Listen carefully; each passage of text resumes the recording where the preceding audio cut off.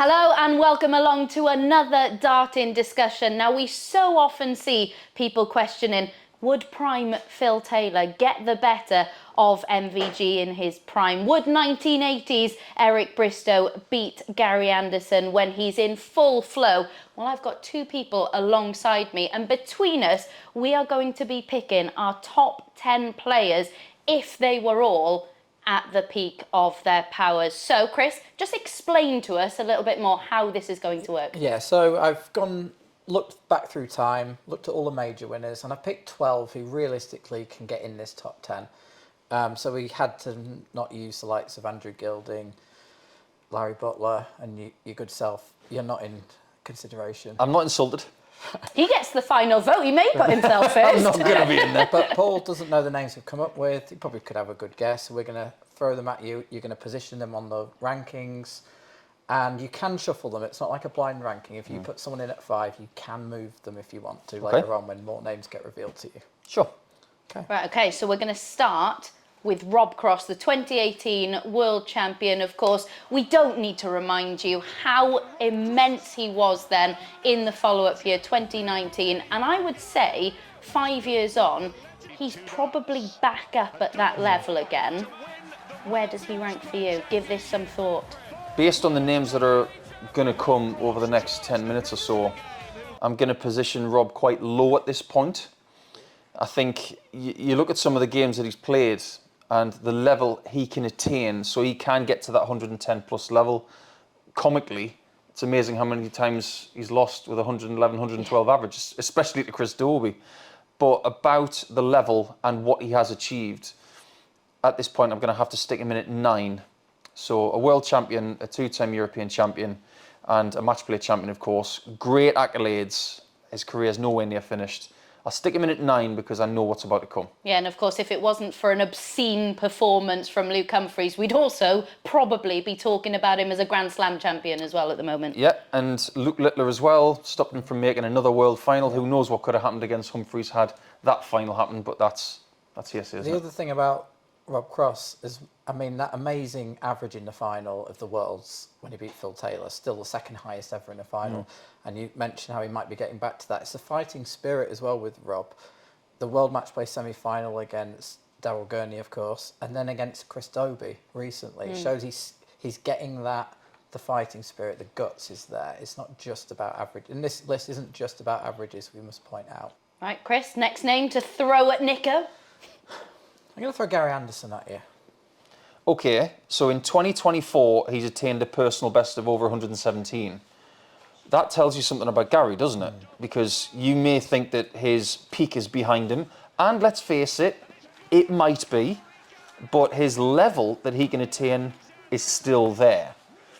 Think about some of the games that he's been involved in, some of the exhibition matches he's played against the likes of Taylor and Barneveld and others. The numbers of 180s, the big finishes, the complete package of a player, and the fact that he's been the one to take Scotland forward from around 2007 to around about 2017 until Peter Wright started to win world titles. He shouldered that pressure of an entire nation for a decade, if not longer. But we all know the level that Gary can attain, especially when playing the right people. When he was given the right canvas, a Barneveld, a Van Gerwen, a Taylor, he would switch into a different mode. And based on what he's achieved over more than 20 years, he's got to be high on this list. I've got to put him at, it's going to be 3 or 4, so where's he going to be at this point? I'll start with him at 4, but that might change. Yeah, I mean, which is his best year, do you think, for peak performance? 2018, remember that World Match Play?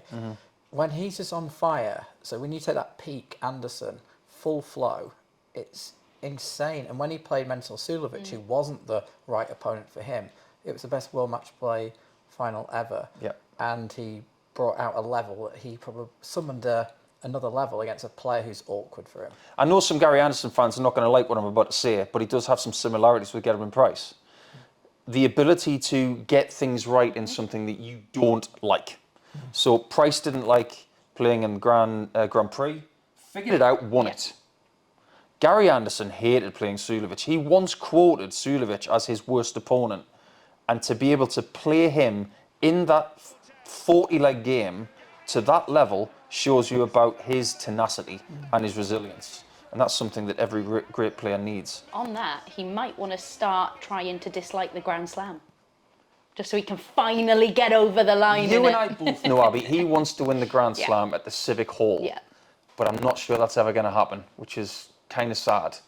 But I know that's the golden goose for him. He's won the world title. He'd love to get a third. Yeah. Be great for his legacy, but he'd love to have a Grand Slam. The other thing about Anderson, just very quickly, beat Phil Taylor in a world final, and the back-to-back world titles is amazing, isn't it? That's why he has to be, as you say at the moment, as high as 4. Yeah, you talk about some of the things that you do in your career. The ability to beat the greatest in a final, that just makes it a little sweeter. With the 180 on the floor. Yeah, in a set that he won. Yeah. And let's not forget as well, that did go the distance, that final. It was 13 sets. Not many PDC finals have gone the distance. And do you remember what the score was in the last set? Imagine what the pressure's like. It's 6-6. Only a handful of people have been in that situation where it's 6 sets all. What did Gary do from that point against the greatest player of all time? Annihilate. Just won the set and moved on and won the world title. And found that trophy very heavy. Yeah. It is. It's not light. I can assure you, me and my Rivita arms didn't really have a good time with that. But I think he could be moved up to third, personally. I think there is definitely scope for Gary Anderson to be number 3 on that list. Next name for you, Eric Bristow, of course, 5-time world champion, 5-time world masters champion. There is no doubt that he was the best player of his era. Where on earth does he come in your list? It's so hard to try and categorise Eric based on the standard that we know of now. It's like trying to compare Mike Tyson with Lennox Lewis at different periods of their career. Jack Nicholson, Tiger Woods, don't get me started on that subject. I could be here for 25 minutes talking about that alone. However, the one thing we know is that if Eric had the benefit of modern equipment, modern dartboards, modern scheduling, I think he would attain new average levels. Now, if you look back at his career and his highs, his personal best average is from a 1-leg game. That's symptomatic of what the game was like in the 1980s. You played a lot of short format stuff.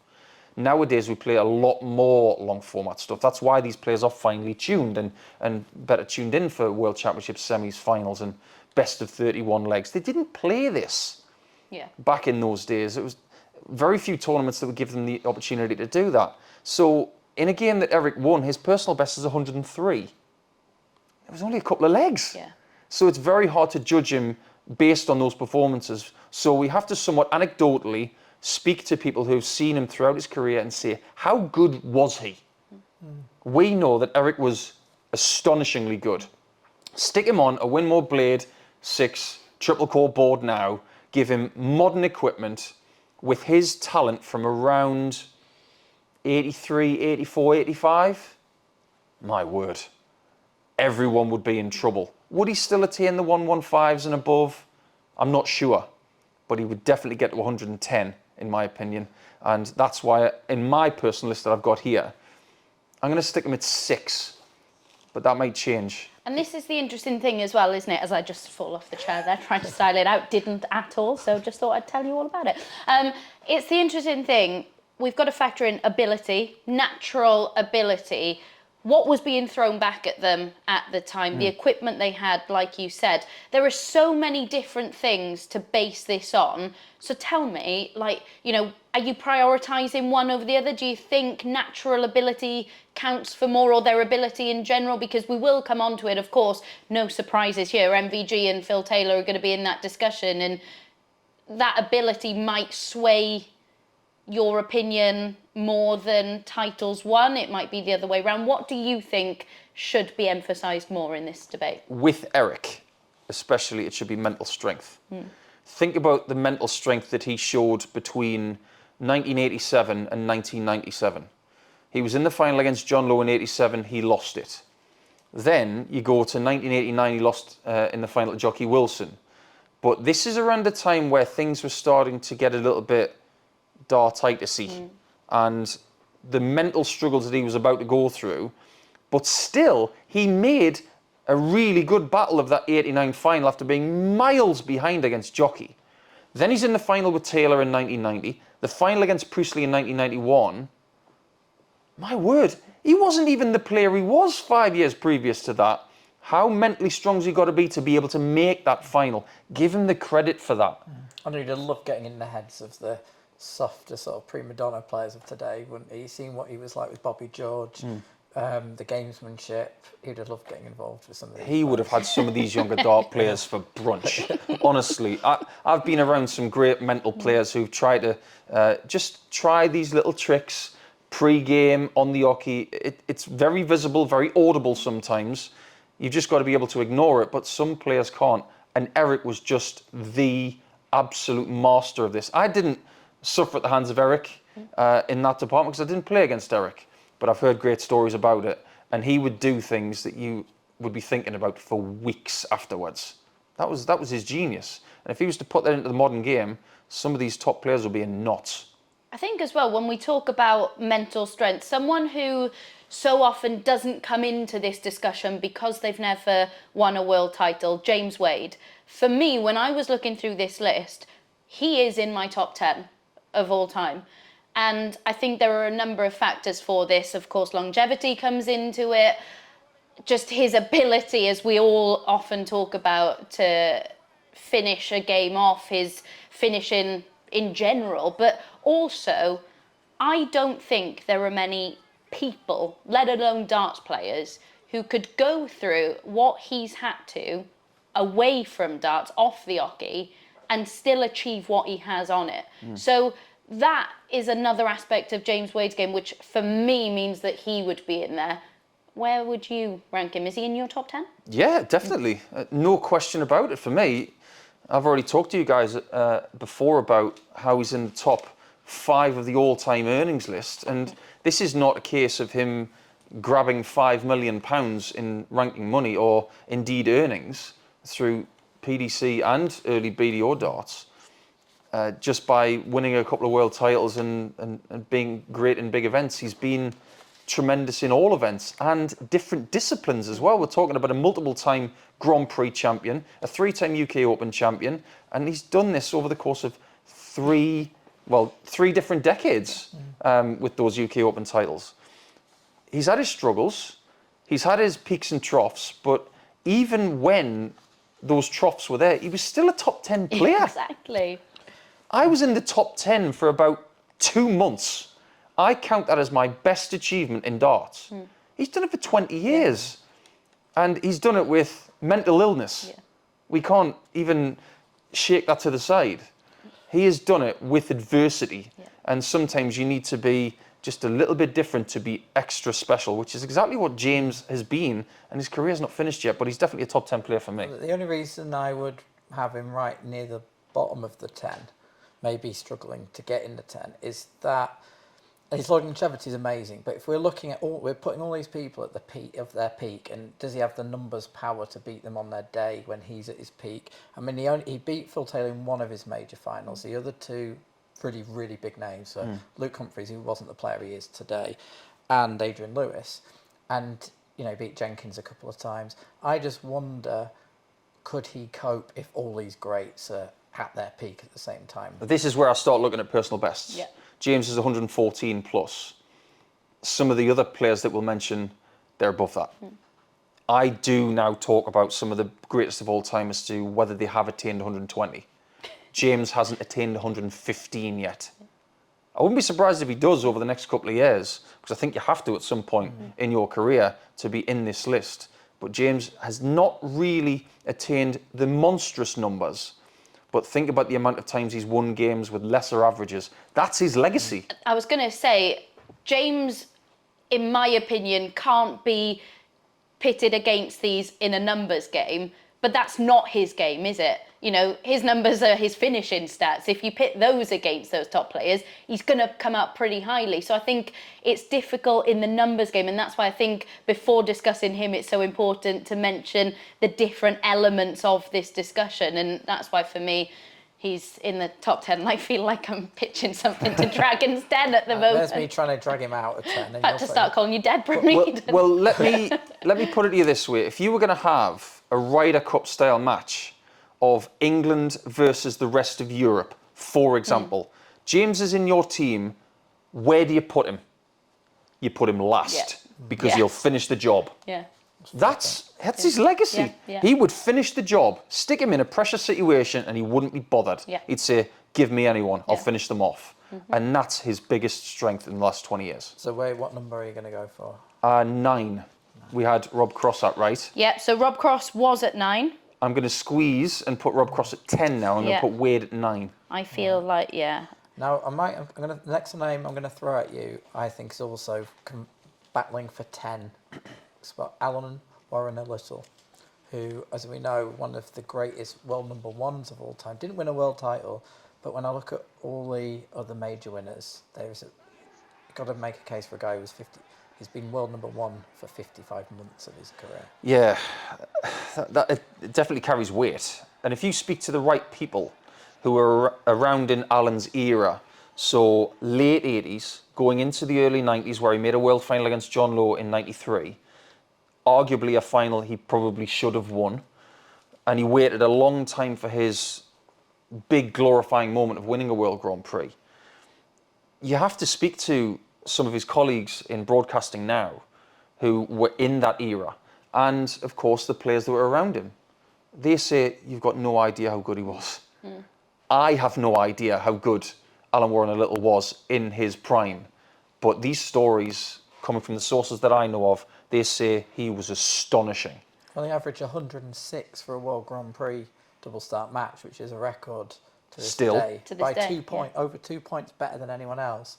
And that was in 2001. And all these greats have had multiple chances of breaking that in the best of 3 set first round. No one's come close. There is an argument to say that record may never be broken, because if it is, it's going to have to be some performance. And we talk about how equipment has changed to help players as we've gone on, and still that record stands the test of time. It does, and it will always be regarded as one of the premier darts performances of all time. And without the evidence of world championships and other tournament successes, I am selfishly putting Alan Warriner-Little at number 10. So he's gone. Goodbye, Rob. Rob Cross is out. I think 101. Rob Cross in the next few years will bulldoze his way into the top 10 list. poor Alan. But for Watch now, out. I have put Alan I think Warriner-Little Nico's the one that needs to watch out. I have put Alan Warriner-Little at 10. Yeah. And that World Grand Prix prowess that he had, and the ability to stick around and to be an astonishingly great player over a long period of time, bridging 2 different eras, is one of the reasons why he just squeezes into my 10 at this time. But he will be on the chopping block in the next few years. I'm sure Alan will be out in the next 3 or 4 years. Bit of motivation for Rob if he's watching. He wants to get in our top 10. He doesn't need it. Warriner-Little might be out in the next 10 minutes. You just don't know. Right, Peter Wright, and he's not just getting a mention because when he won his first World Championship title, he celebrated with a pot noodle. But to leave the sport and come back the way he has to win major titles, how do you even begin to describe what he's done in this game? Also, his charismatic approach to this game, you know, he's got the personality, he's got the fan base, he's got everything. And the thing I really love is that he's this colourful character, but away from the game, he's someone completely different. He's got that persona, hasn't he? He has, and Peter Wright is a friend of mine, has been for 15 years. He's still the same person away from darts as he was when I first met him in November of 2008. Still the same guy. And when he goes on stage, that's what's changed. Think back to 2014, when he was playing in that first world final against Michael van Gerwen. I was coming into the arena and I saw him in this outfit that made him look like something from Rubik's. And we all knew that if he didn't have a good world championship then, he was going to walk away from the sport. Every time jeopardy is involved with Peter, he seems to be rebooted. And he reboots himself differently to maybe anybody the world has ever seen in sport. Maybe not just darts. Maybe with the exception of, say, Tiger Woods, who goes through life-changing surgeries and accidents and things like that and still manages to win the Tour Championship. But when his career is on the line, he found a way to do something extraordinary. He didn't win the title, but look at what happened the next 6 years. He was the nearly person of darts. Yes, he won the 2017 UK Open, and he thought, well, maybe that's going to be his crowning glory. He wasn't happy with that. Look at what he's done. He's gone to a broadcast level of performance that nobody's done before, 123.5. He's gone over 123 times. That's something that Taylor and Van Gerwen have not done. So levels-wise, he's right up there. And don't forget, he's averaged 119 in the Premier League as well, almost 120 in the PL. That year he did the broadcast record. Same year he won the World Match Play. And he was unplayable in that World Match Play. He averaged over 100 in 4 of his 5 matches. And then against Dimitri in the final, no one was beating him that day, were they? That's why we keep saying that the darts he And used 110 then. against MVG in the semis in that tournament. If you're wondering about the greatness of Peter Wright, go back to that semi-final against Van Gerwen. He had MVG dizzy. And it took something ridiculous to do that at that point. Peter Wright is one of the best dart players we've ever seen. And if you think I'm wrong about that, then just open your mind a little bit to the levels he's attained, what he's won, and what he's had to go through to get there. It's a long, long journey that someday will be a documentary series. And he's won 10 majors, but in 2017 he won 10 titles in the season, in all comps, and I think only 4 people have done that. Yep. So in that real peak era of Peter Wright, where does he go? Well, this is probably my biggest headache, because when I was compiling my own personal list in my own mind, I find real trouble putting Gary Anderson and Peter Wright apart. I almost have them dead level because they have 2 world titles, they have multiple other majors. Peter's won stuff that Gary hasn't won, Gary's won stuff that Peter hasn't won. Their career length is not that different. And I see them jostling for that potential first person from Scotland to get that 3rd world title, and I think that will be the separator at the end of their careers. But at the minute, and it's purely because of the fact that Peter Wright has been above 123 times, I have him at 3. So you're going 3 Wright And 4 Gary. Gary Anderson at 4, but the margins are so small. a lot of people out there will want this guy, probably as high as 3. Adrian Lewis. On his pomp, his peak, Adrian Lewis. I know he didn't win as many majors as a lot of the other people on this list, but everyone says when he was on his day, it was unbelievable to watch. Well, I've done some digging on this, and I was looking at the personal bests of all of the potential players that would come up today, and I was astounded to find out that Adrian's personal best is only 115. Now, you talk about... 115. I know, only 115, but if you compare that to some other players and their highest levels, Taylor's gone over 115 multiple times. Van Gerwen obviously has, Wright has, Anderson has, Price has. We're talking about a slightly different level of performance now. Adrian, as great as he has been for the game on the whole, his top level isn't as great as some of the other players. That doesn't detract away from Adrian's greatness, though. He's just done it in a more natural, lackadaisical style. I mean, he's hit 9 darters. He might as well have been blindfolded at times. 5 of them. Exactly. But with 2 world titles, a UK Open and a European Championship, he knows he could have won more. He hasn't won more. We don't know what's going to happen from here, which is why I put Adrian a little bit further down the list. It's just because he was a bit unfortunate to catch Taylor and MVG in unstoppable. But a lot of these clearance. players were. Yeah, but remember when he averaged 111 in the 2013 Grand Slam semi-final and lost quite soundly to Taylor, and that kind of sums up Adrian Lewis's career for me. Some of these guys have all had matches like that. Anderson, Van Gerwen in Dubai. Rob Cross against Chris Dobie pretty much every time. These are high-numbered matches. We talk about that game between Adrian and Phil because it was so remarkable, but they've had Grand Slam games like that before. There have been other rivalries like this over the course of time. And we have to fairly compare for this list Adrian's achievements and top level with other players. Some others have got more titles, more world titles potentially, and higher levels of performance in single games. He has to go a little bit further down the list, and I've got him somewhere around about 8. Okay. Can't I be throw another one at him? So at the moment, 8th, 9th and 10th are already occupied. So you're going to have to think a little bit higher with the next ones. And we've got Gerwyn Price up next for you. So Gezzy's one that, again, when you think about sports in general, he could probably enter a number of different sports. Yeah. Top 50 to 100, whatever. But rugby player, handy with a snooker cue.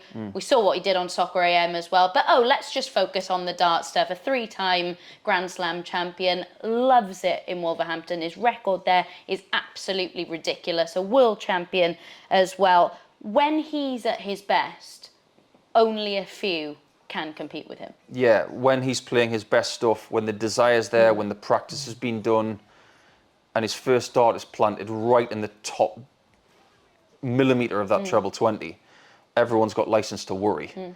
Now, anything that I say from this point about Gerwyn Price, arguably about 67% of people are going to disagree with it, even though it's factually correct. It's just the world we live in. He is one of the greatest players we've ever seen. He's got a higher level of performance in an individual game than a lot of the players in this list. He's not attained 118 yet, or to that magical 120 level, so he has to be in the bottom half. He's got 1 world title, multiple other majors. I see him being better than Adrian Lewis at this point because he's attained a higher level and has won more PDC majors. And he's got a ridiculous amount of European Tour titles and Players' Championship titles. Don't forget about his European Tour record. He's got 8 of them, I believe. And he hit 2 930s on one night, and in a year of getting 4. So that was his box office time. That was his box office year, sorry. My worry for him is his temperament. You know, if you put all these people throwing fireworks at him, like in this dream year where all these 10 players are in their pomp, he gets a bit dispirited sometimes. He gets rattled. The crowd, imagine him against Bristow. Yes, please. You know, he's lost that. I'd love to see that game. Price loses to Bristow before a dart's thrown. But imagine the other side of it. Them both going at each other. That would be something else. Bristow's reaction to his 180s. I don't want people's personal opinion of someone to cloud where they fairly stand, standard-wise, in this list. That's my biggest point about Gerwyn Price. Doesn't matter whether you like him or not. He is one of the best players we've ever seen. That's great for the game. I'm just thinking against everyone playing their best at him, how's he going to handle that? Think about some of the finals he's had with Van Gerwen and Cross, and he's had battles with Lewis, and Had a couple with Gary, hasn't he? yeah, he's had great games with all of them and stood up to them all. He lost 19 times in a row to MVG. Then he's figured it out, and he, as a result of getting that first one, has turned into a better player. I think it's amazing that we see these different reactions from different players. We see different things. It makes them human, but also imagine everyone threw the same, everyone reacted the same, everyone had the same route for a checkout. Why would we want that? We'd get bored of that. I love an Instagram meltdown. I just love everything. You know, we look at Luke Littler and, you know, the uproar that it caused when he decides to go a different route. How can you not be excited? I know it's probably not that exciting when it's being thrown against you, but it's not disrespectful in this day and age. It isn't. And if you think about one of the best qualities that Price has, it's the ability to change attitude to something that he doesn't like. He didn't like the crowds. He still went out there and he still did it. He threatened to walk away from the sport. He came back. He's still successful. But I think about 2 things, and they can't be refuted. He didn't like the World Grand Prix. He figured it out. He has won it and made another final on the back of that. Didn't like the Premier League. Has now made the final of that. It's the ability to adapt and to figure it out, which is why he's at number 7. As you mentioned, Luke Littler, I better just add, if anyone's watching this in a few months when he's won major titles and wondering where he is, we've left him out because he hasn't won a major yet. Just thought I'd clear that up. Yet. So yeah. Not One of the strongest 3-letter words in the English language. Yes, absolutely. Next one on the list, he definitely has won a major, Raymond van Barneveld. Yeah, he's won 1 PDC World Championship and 4 Lakesides. And I think we've got to be fair with the standard that Raymond has had throughout his career. Was he playing in his Lakeside days to the same level as the PDC guys at that time?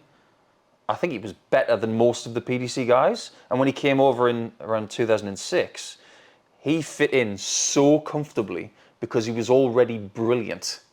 And that has fed through to the next 10 years, hasn't it? Hasn't won another world title, but has been competitive pretty much the whole time with a few ups and downs. And if you're going to have a career that's over 35 years, you're going to have ups and downs. It's not going to be an incline plane like that the whole time. Very much like Lewis, personal best of around 115, but his ability to win really good, nitty-gritty matches like that 2007 final against Taylor at that 100 average level, that's the kind of game you could really be swept up in. I think as well, the interesting thing is that when he came over, the scrutiny, nobody thought he was going to be able to compete. Everyone thought, no, he's not good enough to compete when he comes over from the BDO. Nobody thinks he's going to. And he's still doing it now. He's just won another Players' Championship event. So, you know, it was also people believing that he couldn't do it. And he showed quite convincingly, yeah, I can actually. I think it's more to do with whether he believes he can do it. In 2006, 2007, he knew he could do it in his own mind. In the coming years, he was asking himself those questions. Do I still belong here? Can I still do it? He talks about himself in the third person a lot, which I think is very intriguing because he talks to himself. Come on, Raymond, can I do this still? He obviously can, and he showed that in this large crop of brilliant players, albeit with a few absentees in Hildesheim, you don't necessarily have to have the 105 all day. If you can have 96 to 97, you can do an awful lot of damage.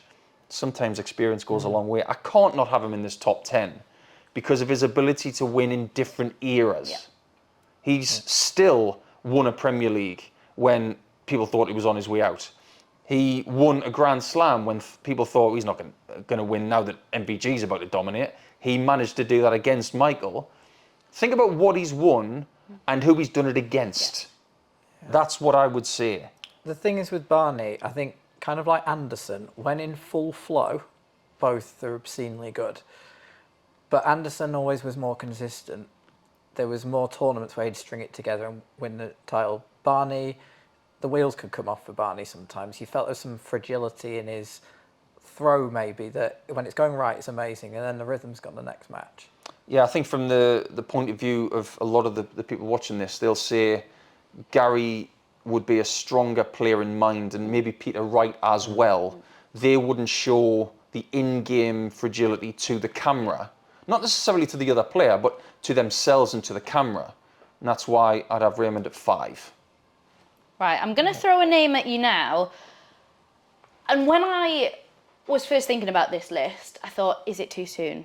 No, it's not too soon. And I had this internal battle myself. But Luke Humphries, okay? And there may be a few eye rolls at this because it is very early on. But we can't ignore, again, what he's done on the Euro Tour, what he's done on the floor, the ridiculous end to 2023, but also the way that's carried into 2024. I think as well as what he does on the dartboard, I think it's important to acknowledge the wonderful ambassador he is and how seriously he takes his role as world number one, the way he speaks so eloquently. I think he's a wonderful figure to have for this sport. I think the PDC are very lucky to have him as the world number one. He's a wonderful spokesperson. But on the board, Premier League, 15 of his 18 averages in excess of a ton. You know, even at the start of the year when people were saying, oh, he's not winning games, he's not doing this, his performance levels were still there.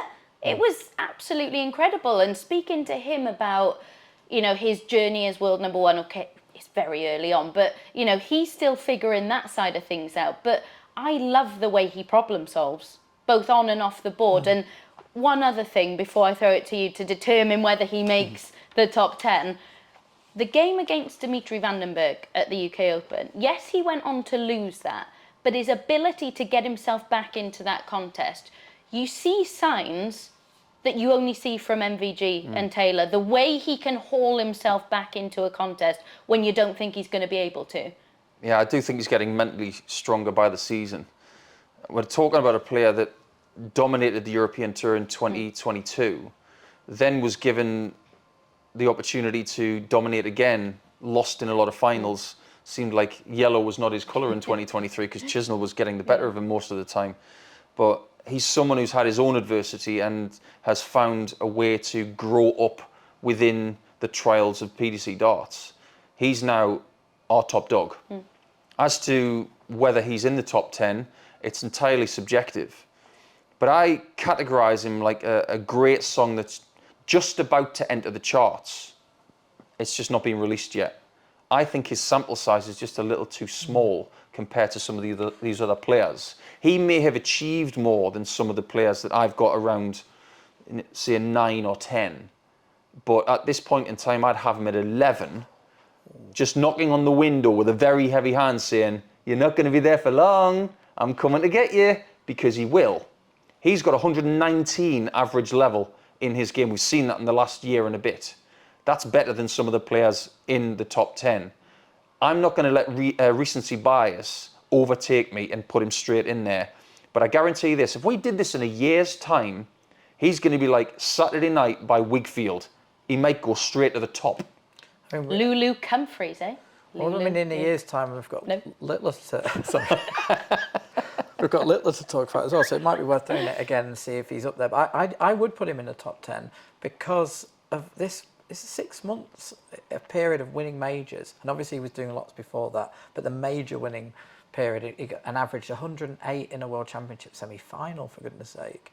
Like, that's up there with the likes of what Taylor and MVG did. If you have everyone in the pomp and his coolness, his resilience, I think he could go toe-to-toe with... Look at how he dealt with Van Gerwen in the Players' Championship finals. The game against Rob Cross And at the Grand Slam. Rob Cross, Yeah. It's so strong. I just think you could pick all these peak players up against the peak Humphries that we see now, and he'd go toe-to-toe Chris, with them. forget it, he's not budget. Chris, have you got another name for us? Well, I say have you got another name, I think people can probably guess where we're going. And it's Johnny Clayton. No? We've got 3 left. I know that obviously the big 2. Is there one more I don't want to forget about? Or No, we've got 2. It's Johnny Clayton and one other. I'll let you take the other and I'll do Just going to Johnny go with Clayton. Leighton Rees next, you know. John Lowe. No, it's not. It's Barry sorry. Bates. No? Michael van Gerwen. Okay, so... Well, that's a bit of a letdown, isn't it, after the names we've just mentioned? I've wrestled with the top 2 for the last week, looking at all sorts of different key markers, and it's obviously easy to compare Michael to who could potentially top him at the top of this list.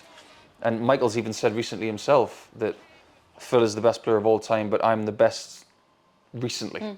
And he's right. But let's look at some things that might surprise people. I didn't know that Michael van Gerwen has only reached 120 twice. Now, we might say only twice, but for his talent level and some of the games that we've seen from him, that to me is a bit of a surprise. But how many times has he gone 110 plus? How many times has he gone into a tournament and ripped people to pieces?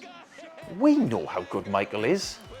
We don't know how many more years he's got in him. It's entirely up to him. He's one of the biggest earners this sport has ever had and will probably ever have. Are his best days behind him? That's for another time. But what he's done up to this very point, he is one of the greatest players, when on form, that we've ever seen and will ever see. It's just a question of whether he's at number 1 or number 2. What's his peak year, 2017? I believe so, yeah. You look at what he did in the European Tour that year, the way he was butchering the majors, the way he played in the World Championship against Gary in the final. And he's still the only person to win a PDC World Championship on the bullseye. Absolutely. But we'll make this more of a discussion then, because these 2 have not allowed Johnny Clayton to come into the discussion. So it is going to be between Phil Taylor and MVG. Before you give us your decision, would it have been any different if you based it solely on ability, without factoring in anything else? Would your decision have been any different? Yes. Yeah, I think it would have, because with one other person yet to come, I think we've got to talk about the stagecraft. And there is stagecraft involved. You can put that however you want. But there's only one person, in my opinion, who can handle that other player better than anyone. And that's Michael. And it's a really, really hard call. It's a bit like trying to decipher between Peter Wright and Gary Anderson. I think that line is so fine. It's half a micron. But when it comes to Michael, I see him at number 2 at this point. I think a lot of people will have him at number 1 because of the standard he's had. But I was surprised to know that he was only over 120 twice. Would my decision be different had he got rid of Michael Smith in Aberdeen quicker? That was the thing that was cropping up a lot in my own mind. And that might be something that our viewers might think about as well. I think it's a very subjective way of looking at it, but I think most people would put Michael at 2. Because when you think of his sort of 2016-17 period, he won, was in the final of every major. And then you've got Taylor's 2009-10. If you had that Taylor and the Van Gerwen from 16-17, who's winning the World Championship final? Philip. I've been around, I've been very fortunate to be around Phil in those 2009, 2010 years, and Michael around 2016 to 2019. I've played them both, and you stand behind them and you think, I'm not that good. Was the aura any different around the two of them? Yeah. How so? How was it different? It was different because when Phil was doing his stuff, especially at the Europeans in 2009, I'm looking around the room. I'm not just talking from my own mind. I'm thinking, I'm not going to beat that. I look around and everybody's saying it. When I was looking at Michael around 2018, I played him at the Europeans there. I look around the room and it was different. There were people who said to themselves, I think I can beat him. There was not one person in Hoofddorp in the Netherlands in 2009 who thought, we can't beat that. And that's the difference. So that is why Philip Taylor is your number 1. Yeah, he's been over 120 as well. That's a key factor. He's had those enormous tournament averages, especially that European Championship. But that's not an isolated incident. You talk about match plays. You talk about Grand Prix domination as well. World Championship final attaining statistic. He's got the biggest final average against Raymond van Barneveld. I mean, is that ever going to be beaten? I'm not sure it is. I don't think it is. And that was one of those tournaments where you thought, well, runners-up is going to be pretty good. I mean, MVG's still got that unbreakable world champ average record, 114. Would that ever go? I can see that going, but only just. Not by a massive amount. I can see somebody maybe tipping it by a tenth of a point, maybe 2/10 of a point, but 110 over 8 sets in a final, give me a break. That's ridiculous. Yeah. I mean, think about how many legs that is. It's a lot of legs. The ability to attain that level over a certain period of time. Some people will perceive that the longer the game, the weaker you would possibly be. The two players that we mentioned in MVG and Taylor, the longer the game, they would improve. That's what makes them better than anybody else. And their lulls don't last as long, do they? No, they don't. And Michael's career is not even finished. So again, if we do this list in 2 more years, there may be evidence to suggest that he goes to number 1. Right then, so let's take a look at our top 10. Confirmed, no arguments? We're all happy with the top 10? Yes? Okay. I'm nervous. Yeah. Well, you've done the hard part now. Your time to be nervous was 4 minutes ago. Fair enough. Yeah. Just wait for the repercussions at this point. Yep, I expect them. Number 10, Alan Warriner-Little. 9, James Wade. 8, Adrian Lewis. 7, Gerwyn Price. 6, Eric Bristow. 5, Raymond van Barneveld. 4, Gary Anderson. 3, Peter Wright. 2, Mighty Michael van Gerwen. And number 1, Phil Taylor. Make sure you get in touch with us. Let us know if you thought we were talking absolute nonsense there, and send us your top 10 because we would love to see it and maybe discuss it in a bit more detail. Make sure you're following us on YouTube and head to sportinlife.com/darts for more news.